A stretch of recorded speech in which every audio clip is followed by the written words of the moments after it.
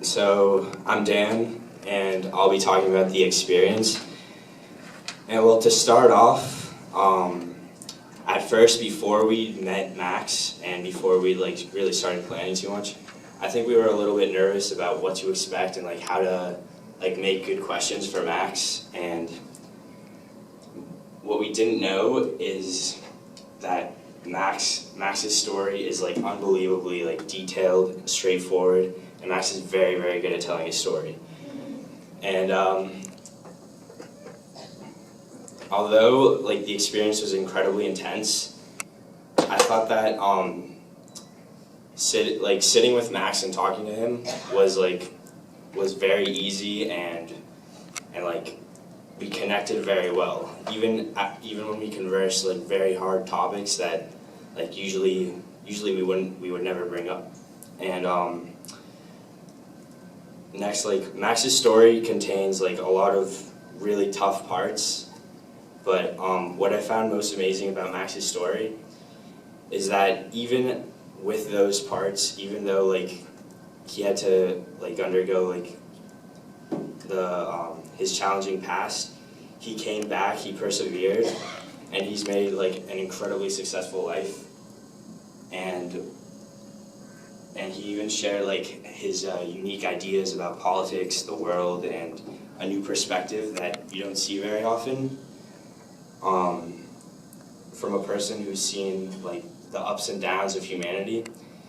And I think ultimately that we can all learn from Max what it means to work hard and appreciate what life gives you, and to better ourselves, and also to help people around us understand the past, and so that we can better prepare for the future, basically.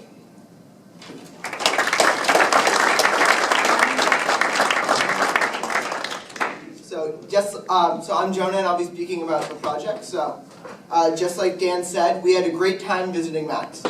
After our first meeting, Dan and I were particularly interested in Max's life before the war and how it compared to our own childhood. Thanks to the memory, we were able to get vivid images of what his life was like. Dan and I wanted to capture Max's life before the war and compare it to our own lives.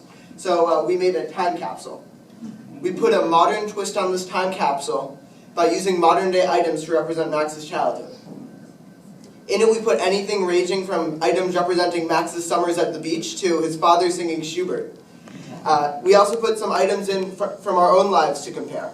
For example, Max rode his bike and took the trolley to get around, while I used the T, as shown by the trolley card I put in. Most of all, though, we used thought and care in picking out each item because we learned that these memories provided hope for Max even in the darkest hours of the Holocaust. We had such an amazing experience with you, Max, and I hope we can stay in touch. Thank you.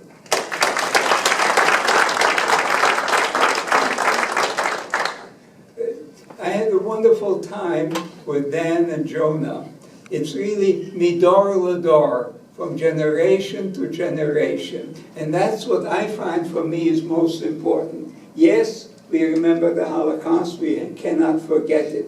But yes, life goes on, and we have to go from generation to generation. We transmit the past, but we work toward the future. And that was a wonderful time that I had with Jonah and Dan. They were interested, they were in it, and they were working, talking with me. It was a wonderful time. This is my second year in the program. Last year it was kind of the same. The details are different, but the whole experience is really the same.